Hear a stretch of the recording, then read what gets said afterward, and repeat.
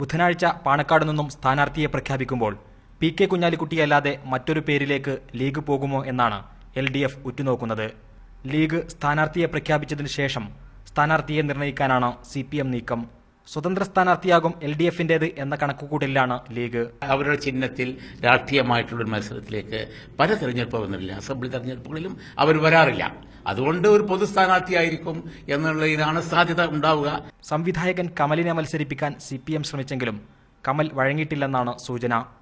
പൊതുസമിതിയുള്ള വ്യക്തിയെ ലഭിക്കാത്ത സാഹചര്യത്തിൽ പാർട്ടി ചിഹ്നത്തിൽ തന്നെയാകും CPM മത്സരിക്കുക.